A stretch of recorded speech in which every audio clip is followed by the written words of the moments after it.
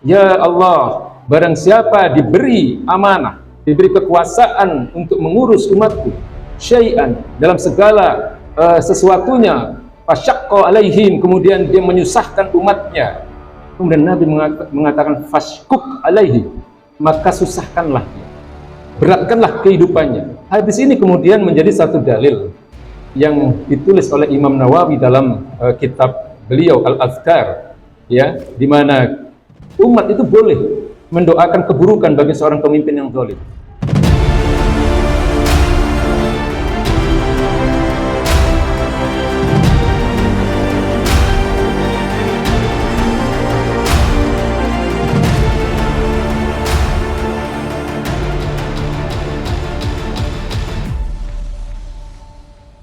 Islam ini bukan agama sekuler. Islam ini bukan agama yang hanya mengatur persoalan-persoalan ibadah. Islam bukan hanya mengatur persoalan akhlak, tapi Islam juga mengatur berbagai persoalan-persoalan besar dalam kehidupan ini.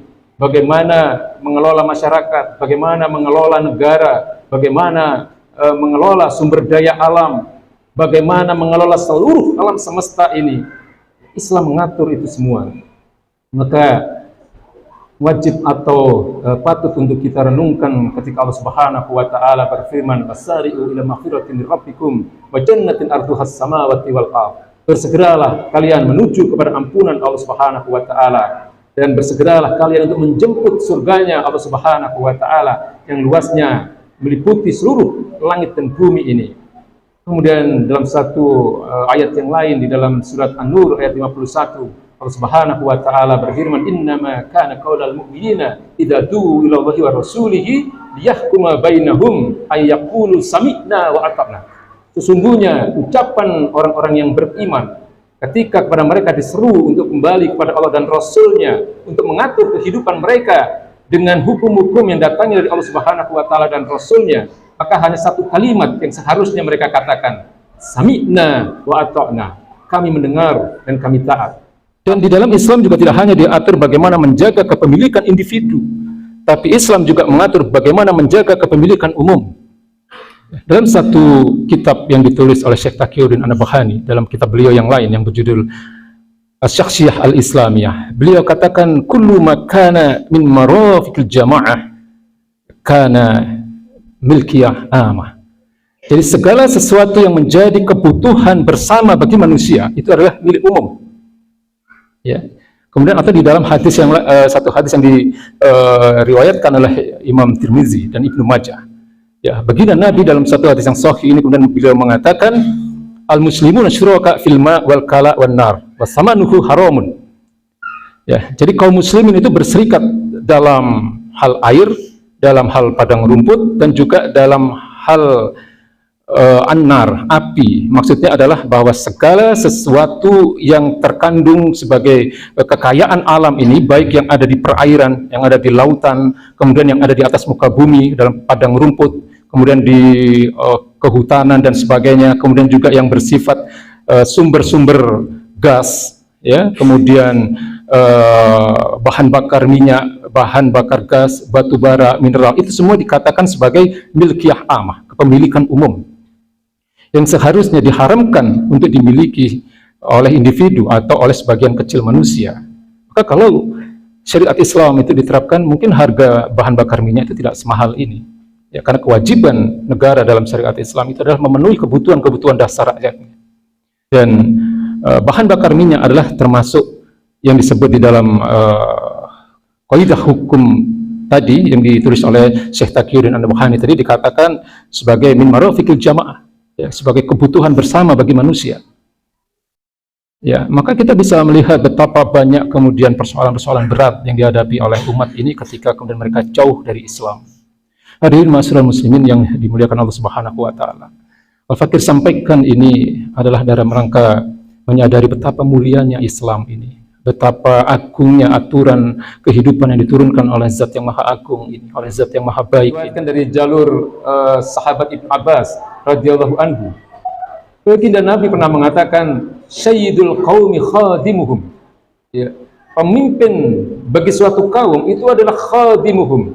Dia adalah menjadi pelayan bagi rakyat yang dipimpinnya.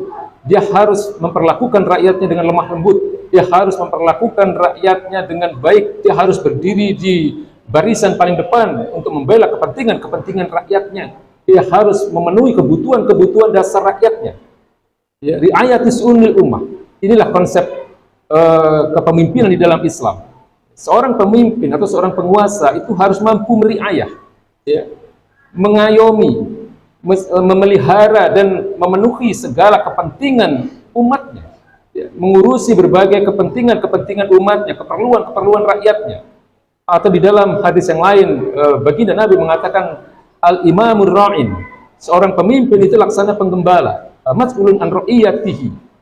Ya, dia nanti akan diminta pertanggungjawaban atas tanggung jawabnya dalam mengemban amanah, di dalam menggembalakan rakyatnya, dalam rangka mengayomi, membela, melindungi kepentingan rakyatnya. Ini bukan satu tanggung jawab yang ringan. Dia akan ditanya nanti. Baginda Nabi itu pernah mengatakan, Allahumma man waliya min amri ummati. Ya Allah, barang siapa diberi amanah, diberi kekuasaan untuk mengurus umatku, syai'an, dalam segala sesuatunya, fasyaqqa alaihim, kemudian dia menyusahkan umatnya. Kemudian Nabi mengatakan fashkuk alaihim, maka susahkanlah dia, beratkanlah kehidupannya. Hadis ini kemudian menjadi satu dalil yang ditulis oleh Imam Nawawi dalam kitab beliau Al-Azkar, ya, di mana umat itu boleh mendoakan keburukan bagi seorang pemimpin yang zalim.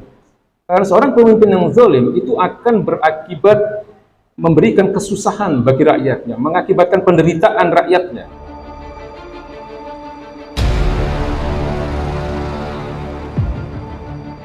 Bismillahirrahmanirrahim. Pernyataan sikap Forum Komunikasi Ulama Ahlussunnah wal Jamaah Jabodetabek menolak kenaikan harga BBM. Sehubungan pemerintah yang menaikkan harga bahan bakar minyak jenis Pertalite, Solar, dan Pertamax, maka kami atas nama Forum Komunikasi Ulama Ahlussunnah wal Jamaah Jabodetabek menyatakan sikap sebagai berikut. 1. Menolak kenaikan harga BBM, karena menaikkan harga BBM adalah kebijakan zalim yang hanya akan menambah beban rakyat yang sudah sangat berat.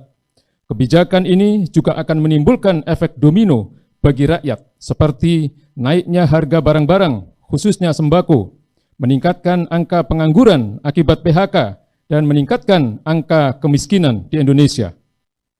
2. Menuntut pemerintah melakukan penghematan pada anggaran belanja negara dengan menghentikan proyek-proyek yang tidak berfaedah dan belum mendesak, bukan dengan menaikkan harga BBM yang akan berpengaruh langsung pada ekonomi rakyat kecil. 3. Menuntut pemerintah untuk menghentikan penerapan ideologi kapitalisme dan liberalisme, karena ideologi ini telah menjadikan pengurusan hajat hidup rakyat, termasuk di dalamnya masalah BBM, diserahkan kepada swasta, bahkan asing, melalui mekanisme pasar bebas. 4. Mengajak kepada seluruh komponen masyarakat, khususnya ulama, sebagai warasatul anbiya wal mursalin, agar menjadikan Islam kafah sebagai solusi semua permasalahan bangsa dan umat ini, serta mengajak semua komponen masyarakat dan ulama untuk memperjuangkan dan menegakkan Islam secara kafah. Demikian pernyataan sikap ini dibuat.